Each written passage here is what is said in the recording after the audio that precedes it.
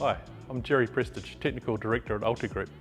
It's a privilege to be involved in the early design phase for the door systems for this new airport building in New Plymouth here.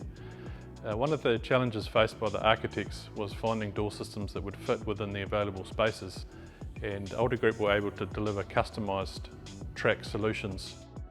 I'm a ramp agent supervisor, so we deliver and receive baggage off the Air New Zealand aircraft.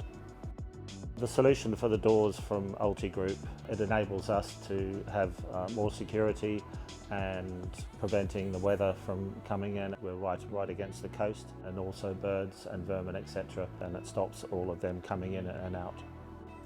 In the old terminal we just had the normal roller doors, so that was manual open and close, and these are much better. They have quite high sensors, so they detect your movement on the golf carts in and out, and then it's timed on a 20-second delay, and then it will come back down once we've gone through.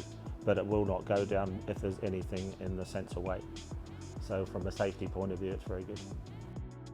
I would highly recommend these doors due to the easiness and versatility of them, and it saves a lot of time, especially when we're down to timing on each aircraft.